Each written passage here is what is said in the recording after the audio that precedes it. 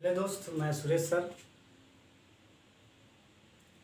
GS target point में आपका स्वागत करता हूं। आइए आज हम भारतीय संविधान का पार्ट 3 पढ़ते हैं। भारतीय संविधान का विकास पार्ट 3 में आप देखेंगे 1813 का चार्टर एक्ट और 1833 का चार्टर एक्ट। तो दोनों से पहले देखा जाए कि 1813 का चार्टर एक्ट किन परिस्थितियों में आता है।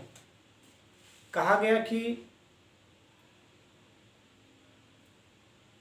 नेपोलियन बोनापार्ट ने जब यूरोप में महाद्वीपीय व्यवस्था लागू किया तो इस समय केवल कंपनी के ही व्यक्ति को व्यापार करने का अधिकार न दे करके ब्रिटिश सरकार ने बिल्कुल ब्रिटिश प्रजाजन को एकाधिकार, व्यापार का एकाधिकार देने का निर्णय लिया। तो पहला पॉइंट है इसमें कि ईस्ट इंडिया कंपनी का व्यापारिक एकाधिकार, ईस्ट इंडिया का व्यापारिक एकाधिकार समाप्त कर दिया गया, लेकिन चीन के व्यापार को और चाय के व्यापार का एकाधिकार कंपनी पर बना रहा। कहने का मतलब है कि ईस्ट इंडिया कंपनी के हाथों से व्यापारिक एकाधिकार समाप्त कर लिया जाता है और ब्रिटिश प्रजाजन को यह अधिकार दिया जाता है कि वह क्या करे, व्यापार व्यवसाय करे ईस्ट इंडिया कंपनी के अंतर्गत। और दूसरी पॉइंट ये है कि भारत में ईसाई धर्म प्रचार के लिए ईसाई मशीनरियों को भारत में भेजा गया। कहा गया है 1813 का चार्टर एक्ट में दूसरी पॉइंट कि भारत में ईसाई धर्म प्रचार के लिए ईसाई मशीनरियों को भारत में भेजा गया, जिससे कि क्या करे, ईसाई धर्म का प्रचार प्रसार अधिक से अधिक किया जा सके। आखिरी तीसरी पॉइंट इसमें है कि भारतीयों के लिए शिक्षा साहित्य पर, भारतीयों के लिए शिक्षा साहित्य पर प्रतिवर्ष 1 लाख रुपये भारतीय जन पर या भारतीयों पर या भारतीय शिक्षा साहित्य पर खर्च किया जाएगा। अर्थात ब्रिटेन की सरकार ने 1813 के चार्टर एक्ट में यह कहा कि भारतीयों के लिए शिक्षा साहित्य पर 1 लाख रुपया खर्च करने का प्रावधान किया गया है। इस तरीके से ये 1813 का चार्टर जो है मूल थीम आपको हमने क्या किया है, बता दिया है कि मेन पॉइंट ये है कि ईस्ट इंडिया कंपनी का व्यापारिक एकाधिकार समाप्त कर दिया गया, लेकिन व्यापार के 2 पॉइंट है, चीन के साथ व्यापार और चाय का व्यापार कंपनी के ही अधीन रहेगा। दूसरी पॉइंट है कि भारत में ईसाई धर्म प्रचार के लिए ईसाई मशीनरियों को अर्थात ईसाई धर्म गुरुओं को भारत भेजा गया। तीसरी पॉइंट है भारतीयों के लिए शिक्षा साहित्य पर प्रतिवर्ष 1 लाख रुपया खर्च करने का प्रावधान किया गया। तो ये मैटर है 1813 का चार्टर एक्ट। अगला थीम देखते हैं हम कि 1833 का चार्टर एक्ट। हमेशा हमने आपको ये बताया है कि 1793 में यह कहा गया कंपनी के व्यापार का अधिकार 20 वर्ष के लिए बढ़ाया जा रहा है। तो 93 से आपने देखा 1813 आया, फिर 1813 के बाद 20 साल बाद क्या आएगा, 1833 का चार्टर एक्ट आएगा। अब 1833 के चार्टर एक्ट में थोड़ा सा क्या किया गया है, विपरीत उससे थोड़ा सा 1813 से क्या किया गया है, थोड़ा से अधिकार को बढ़ा दिया गया है। अधिकार यह दिया गया कि बंगाल के गवर्नर जनरल को अब भारत का गवर्नर जनरल कहा गया कि 1833 के चार्टर एक्ट में कि बंगाल के गवर्नर जनरल को अब भारत का गवर्नर जनरल बना दिया गया। अर्थात कहा गया क्योंकि भारत में ईस्ट इंडिया कंपनी का साम्राज्य अत्यधिक विस्तार हो गया, इसलिए अब कंपनी के आगे बंगाल न जोड़कर भारत जोड़ दिया गया। इसलिए कहा गया कि बंगाल का अब गवर्नर जनरल भारत का गवर्नर जनरल कहा जाएगा। तो नोट में मित्र क्या है, नोट में ये लिखा जाता है कि बंगाल का अंतिम गवर्नर जनरल कौन था और भारत का प्रथम गवर्नर जनरल कौन है। तो देखेंगे कि 1833 के चार्टर एक्ट में कि बंगाल का अंतिम governor general Lord William Bentinck ही होंगे और भारत का प्रथम गवर्नर जनरल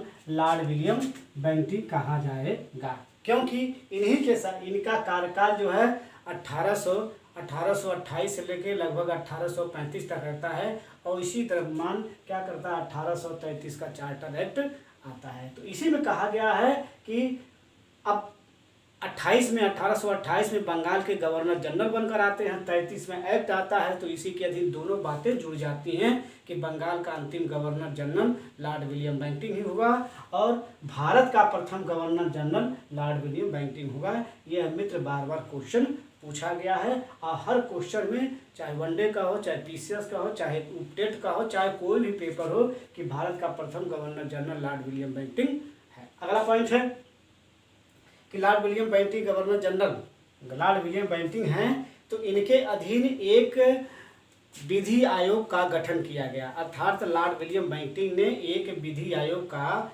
गठन किया गया था। तो उसके अध्यक्ष अर्थात विधि आयोग के अध्यक्ष लॉर्ड मैकाले साहब बने थे। तो क्वेश्चन ये भी बार बार पूछता है कि विधि आयोग के 1833 के चार्टर एक्ट में जो विधि आयोग का गठन किया गया था इसके अध्यक्ष कौन थे, लॉर्ड मैकाले साहब थे। अगली पॉइंट है कि ईस्ट इंडिया कंपनी के संपूर्ण एकाधिकार को समाप्त कर दिया गया। 1813 के चार्टर एक्ट में आपने देखा है चीन और चाय का व्यापार कंपनी के अधीन रहता है, लेकिन 1833 के चार्टर एक्ट में कंपनी के संपूर्ण व्यापारिक एकाधिकार को समाप्त कर दिया जाता है। अर्थात ये लिखा है कंपनी के संपूर्ण व्यापारिक एकाधिकार समाप्त कर दिया गया। अब कंपनी के पास क्या अधिकार रहा, कंपनी को प्रशासनिक एवं राजनीतिक अधिकार प्रदान किया गया। भाई कंपनी का भी तो कोई दायित्व बनता है, वो करेगा क्या, तो उसको प्रशासनिक और राजनीतिक अधिकार दिया गया, अर्थात व्यापारिक एकाधिकार समाप्त कर दिया। अगली पॉइंट है गवर्नर जनरल को संपूर्ण भारत के लिए कानून बनाने का अधिकार दिया गया। अर्थ कहा जाता है कि भारत के गवर्नर जनरल अब पूरे भारत के बन गए हैं, तो कहा गया है कि भारत के गवर्नर जनरल को अब जो कानून बनेगा वो क्या होगा, गवर्नर जनरल के अधीन बनेगा जो पूरे भारत में लागू होगा। अगली पॉइंट है भारतीय या ब्रिटिश प्रजाजन,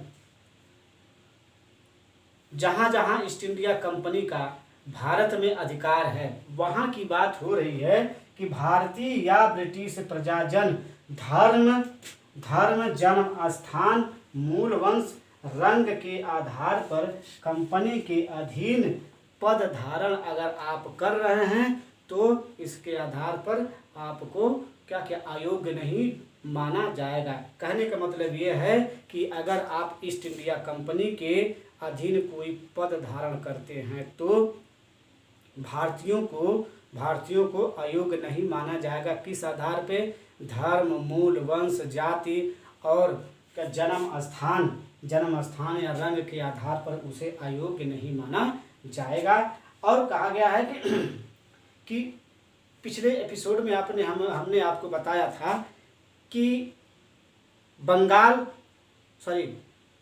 मुंबई और मद्रास के प्रेसिडेंटियों को कानून बनाने का अधिकार दिया गया, लेकिन यहाँ पर क्या किया गया है, अब वह अधिकार 1833 के चार्टर एक्ट में समाप्त कर दिया गया। मुंबई और मद्रास के गवर्नर को क्या कानून बनाने का अधिकार समाप्त कर दिया, क्योंकि हमने आपको बताया है कि गवर्नर जनरल को संपूर्ण भारत के लिए कानून बनाने का अधिकार दिया गया है, इसलिए उनका अधिकार अब समाप्त कर दिया गया।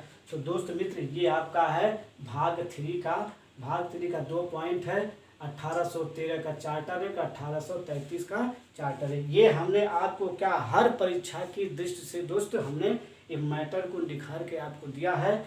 ये लंबा मैटर था इसलिए मैंने क्या किया है, लिख के आपको प्रावधान प्रोवाइड कर रहा हूँ।